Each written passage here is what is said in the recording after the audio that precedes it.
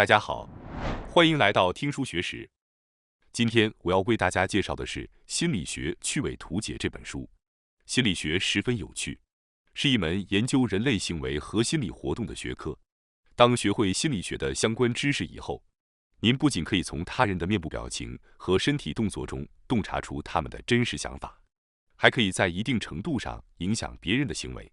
比如说，您可以运用心理学技巧吸引心仪的对象的注意力，或者在商业谈判中促使对方接受您的建议。此外，通过心理学，您还能更好地了解自己，找到真正重要的价值观。如果您遇到压力或愤怒等负面情绪，心理学也能帮助您解决这些问题。今天视频的内容包括以下3个部分：第一，通过心理学认识真正的自己；第二，解决人际关系难题的沟通技巧；第三，通过身体的习惯动作解读人的心理与性格。首先，让我从第一部分通过心理学认识真正的自己来开始解释。大家是否曾经因为负面情绪而对自己感到过失望呢？积累的压力会不经意间通过我们的言语或行为表现出来。很多人会在愤怒之后感到后悔，觉得自己太不成熟。如果你想摆脱这种状况，减轻内心的压力和愤怒，轻松应对现代社会的压力，那么通过心理学了解真正的自己，可以帮助您解决这些烦恼。在这里，我给大家介绍2个通过心理学能认识到真正自己的技巧。这2个技巧是：一、积极控制压力；二、学习如何转移和控制愤怒情绪的方法。首先是第一个技巧，积极控制压力。现代人普遍面临过多的压力，加上长时间看电视或手机，缺乏泡澡或运动的习惯，导致很多人无法有效地释放压力。很多人会通过酗酒或暴饮暴食来发泄压力，但这只会给身体带来更大的负担。为了改善您的健康状况，学习并实践一些对身体没有负担的压力应对方法非常重要。如果谈到压力，通常人们会联想到悲伤、烦躁、忍耐、压抑和焦虑等负面情绪。然而，压力其实是对刺激的心理反应，像感动和振奋也是一种压力反应。除了心理压力以外，还有不规律的生活、繁忙的工作、过敏、疾病或受伤等身体上的压力。当这些压力长期存在时，会破坏自律神经系统的平衡，导致身体和心理上的各种问题。自律神经系统包括交感神经和副交感神经。交感神经负责提升血压和心率，使身体进入活动模式，而副交感神经则负责降低血压和心率，使身体进入放松模式。当我们受到压力时，交感神经会占据主导地位。如果长期处于压力过多的状态，副交感神经的功能会减弱，导致身体难以恢复和放松，从而引发身体的健康问题。那么，我们应该如何增强副交感神经的作用呢？首先，入浴和轻度的运动非常有效，它们不仅有助于身体的恢复和放松，还能让我们的心情平静。当然，保证高质量的睡眠也至关重要。这些都是重要的缓解压力的方法。为了更好地缓解压力，我们还可以借助心理学的方法。美国心理学家拉扎勒斯证明了，对于同样的现象，通过不同的看法可以减轻压力。在他所进行的实验中，受试者被分为几组，每组在观看同一段令人震惊的视频前被给予不同的提示。第一组被告知这段视频会引起痛苦，第二组被告知会带来快乐，第三组被告知是为了观察文化，最后一组没有任何提示。结果表明，那些被告知视频会引起痛苦的组和没有任何提示的组所感受到的压力最大，而被告知视频会带来快乐的组和为了观察文化的组则感受到的压力较小。这项实验结果告诉我们，通过积极的心态看待事情，可以减轻压力。例如，当第一次去客户的公司开会，由于迷路并差点迟到，等到了公司，您可能会心里想，真是糟糕的一天，或者终于赶上了，我真了不起，以后再来的话，就不会迷路了。前者显然会给您带来更大的压力。除此之外，我们还可以通过努力拉开与压力源的距离，或者改变环境等方法来应对压力。然而，这些方法有时候会很难实现，因此，最简单的方法是尝试积极地看待发生的事情。虽然我们无法改变负面的事件，但可以选择如何看待它们。通过积极的态度，可以减轻这些压力。例如，即使失业了，也可以将其视为学习新技能并提高收入的机会。通过日常训练，积极看待负面的事件，压力也会随之减轻。接下来是第二个技巧，学习如何转移和控制愤怒情绪的方法。许多人都希望改掉发脾气的坏习惯。愤怒情绪的爆发不仅会破坏人际关系，还可能导致职场霸凌等问题。有时候，即便只是看到陌生人发脾气，也会让我们心情感到不悦。愤怒不仅会影响发怒者本人，还会对周围的其他人产生负面的影响。然而，很多人发现自己无法控制愤怒情绪。当我们愤怒时，往往会失去理智，认为自己是对的，并试图让对方理解自己的观点。但冷静下来后，我们会发现，即使发现了愤怒，也无法解决根本问题。那么，我们如何才能克服强烈的愤怒情绪，恢复冷静呢？本书介绍了一种有效的方法，在感到愤怒时停止思考和行动6秒钟。所谓愤怒情绪的爆发，其强度峰值大约会持续6秒钟。因此，当你感到愤怒时，请先停止6秒钟，避免说出过激的话或采取过激的行动，只需让自己的心平静下来，不做任何的动作。这样6秒钟后，你会发现自己已经冷静了许多，那股强烈的愤怒情绪也会大大减弱。但你可能会担心自己能否度过这6秒钟。如果是这样的话，可以在心中默念停止，这是一种叫做思维停止法的心理技巧，能够有效帮助您度过愤怒的6秒钟高峰期。此外，还有其他方法可以帮助您控制愤怒的情绪，比如暂时离开现场，心中默数6秒，握紧双手，想象一些重要或快乐的事情。当你感到愤怒时，可以尝试不同的方法，找到最适合自己的那一种。让我们一起努力，学习如何有效控制愤怒的情绪，做一个始终保持冷静判断和行动的成熟的人。接下来是第二部分，解决人际关系难题的沟通技巧。在日常生活、商务交往以及恋爱等各种场景中，沟通是至关重要的。在这里，我想介绍以下2点沟通技巧：一、放下完美主义，过上舒适生活；二、绝对不会被拒绝的谈判技巧。首先是第一个技巧，放下完美主义，过上舒适生活。大家是否也曾经深陷于完美主义的陷阱之中呢？比如，为了保持他人对您的好评，总是觉得自己必须做到完美。在工作中，一旦出现错误，就无法原谅自己。如果无法在规定时间内完成任务，就认为加班是理所当然的。我们往往会过度追求完美，甚至陷入对细节的纠结，最终可能会花费过多的时间，进而责怪自己能力的不足，甚至因为无法接受不追求完美的人，而破坏了人际关系。当然，追求100分并不是一件坏事。我们从小到大都希望得到老师的表扬和家长的赞许，这种教育方式会给我们带来自信。然而，由于长期受到这种教育，我们会养成追求完美的习惯。在当今的社会中，我们可能会认为，如果没有达到100分，就没有价值，就无法被大家认可。完美主义者常常因为自我肯定感不足，而渴望得到他人的认可，但却发现越努力反而越受挫。如果我们一直陷入完美主义的困境中，就很难享受到生活的快乐。放下完美主义会让您的生活更加舒适，更加愉快。那么，要摆脱完美主义，我们应该具体如何改变思维方式，养成哪些习惯呢？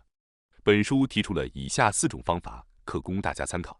首先是第一种方法，将感到痛苦的情况写下来，并客观地回顾。通过这种方式，你会发现自己的感受会有所改变，从而不再让自己感到痛苦。接下来是第二种方法，即转向积极思维。与其纠结于完美，不如把注意力放在令自己满意的工作方式和乐趣上。这样做的话，相信您的工作会变得更加有趣。接下来是第3种方法，即给事情设定优先级。要有意识地为事情排定时间优先级，这就需要有放弃一些事情的勇气，因为有时候不完美也是可以接受的。最后是第4种方法，即不要试图一下子完成一件大事，毕竟谁也不可能一下子就完美地完成一件大事，这样只会让完美主义者自责不已。相比之下，逐步积累一些小的可以完成的事情，提升自我肯定感更为可靠。虽然我们已经列举了摆脱完美主义的具体方法，但在追求这些方法的同时，我们也要灵活思考，要认识到不一定要追求100分才算有价值。或许有些人认为放弃追求100分会更幸福，但实际上并非如此。追求100分有助于提升工作动力和激发工作热情，但并不是所有事情都要追求完美。通过养成这种思维，你会发现工作与生活更加平衡，同时也会建立更良好的人际关系。接下来是第2个技巧，绝对不会被拒绝的谈判技巧。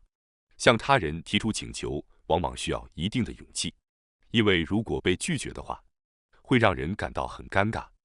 有些人不擅长向他人提出请求，因此往往会自己扛下一切，不愿向他人寻求帮助。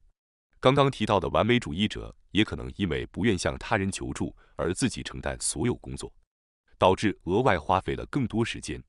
但如果你学会了绝对不会被拒绝的谈判技巧，那么向他人提出请求的门槛将会大大降低。如果您向他人提出请求时，经常遭到拒绝的话，我也建议您了解一下这些技巧。今天我要介绍的是一种心理学上的谈判技巧，被称为门技巧。它旨在帮助您在沟通和谈判中获得更好的结果。这种技巧主要分为2种：一步步引导法和逐步让步法。首先，一步步引导法是通过先提出一个较小的请求，让对方同意后，再逐步增加请求的难度，最终达到您真正的目标。比如，假设你想让同事帮忙做2个小时的工作，但如果您觉得2个小时有点长，担心会被拒绝，那么您可以这样说：抱歉，您能帮我1个小时的忙吗？如果同事同意了，那么接下来您再次提出本来想要的2个小时的请求。您可以说：真的很抱歉，如果2个小时的话，可以吗？通过这种逐步增加请求难度的方法，对方会更容易接受最终的较大请求，因为他们已经逐步适应了您的要求。由于同事已经答应了帮1个小时的忙，再次拒绝就会让他觉得不好意思，最终可能会再次同意。逐步让步法是通过先提出一个较大的请求，当对方拒绝后，再提出一个较小的，实际您希望对方接受的请求。比如，假设您需要请求别人帮忙做大约1小时的工作，但如果您觉得即使是1小时也可能会被拒绝，那么我建议您尝试这种技巧。您可以这样说：抱歉，您能帮我4个小时的忙吗？如果对方拒绝了，那么您可以再说：那1小时可以吗？通过这种方式，对方更容易接受较小的请求，因为相比之前的较大请求，这个较小的请求显得更合理和容易接受，对方可能就会同意了。门技巧在日常生活和工作中都有广泛的应用，例如，家庭交涉，请求家人帮忙做家务时，先提出一个较大的请求，然后再提出一个较小的实际请求。销售工作，销售人员可以先推荐一个较昂贵的产品，当客户表示无法接受时，再推荐一个价格较低但性价比高的产品。借钱，向朋友借钱时，先提出一个较大的金额，当对方拒绝后，再提出一个较小的金额。在使用门技巧时，务必注意以下几点：一、真诚和礼貌，无论是逐步增加请求还是逐步让步，都要保持真诚和礼貌，这样对方才会更愿意帮助您。二、适度使用，避免频繁使用这种技巧，以免对方产生反感或不信任。三、考虑对方感受，在提出请求时，考虑对方的实际情况和感受，确保请求不过分。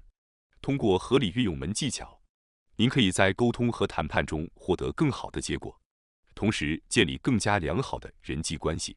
接下来是第3部分，通过身体的习惯动作解读人的心理与性格。我将介绍如何通过手势和眼神等身体的习惯动作来读取对方的心理，包括以下2个主题：一、常见的手势及其可能的含义；二、常见的眼神及其可能的含义。首先，让我从常见的手势及其可能的含义来开始解释。手势是人类沟通的重要组成部分，有时候甚至比言辞更能传达真实的情感和意图。通过观察手势，我们可以更好地理解对方的内心世界，并调整自己的沟通策略。以下是几种常见的手势及其可能的含义。一、手势缺失。如果一个人在交谈时不使用任何手势，这通常表示他们不希望别人探知他们的内心世界。将手放在口袋里或隐藏起来，可能意味着他们在拒绝接近或不愿意让对方了解他们的真实想法。紧握拳头也可能表明他们不愿意继续交谈或听取别人的意见。二、轻握双手。当一个人轻轻握着双手，而不是紧握拳头时，这表明他们感到放松，并且愿意敞开心扉。如果他们将双手放在桌子上，或手掌向上展开，这通常表示他们愿意接受对方并乐意继续交流。三、双臂交叉。双臂交叉通常被认为是防御性的姿势，表示这个人可能不愿意让他人进入他们的个人空间。然而，如果他们在微笑或频频点头的同时双臂交叉，这也可能表示他们感到舒适，并在认真听取对方的意见。四、频繁触摸下巴或鼻子。如果一个人在回答问题时频繁触摸自己的下巴或鼻子，这可能表明他们对自己的回答缺乏信心，或者他们在试图掩盖某些真相。触摸嘴巴则可能表示他们有话想说，但选择保持沉默，或者他们在顾虑对方的感受。五、用手指敲击桌子。用手指敲击桌子通常是焦虑、紧张或不满的表现，这是一个人试图掩饰自己真实情绪的无意识行为。通过仔细观察这些手势，我们可以更好地理解对方的心理状态，并相应地调整我们的沟通策略。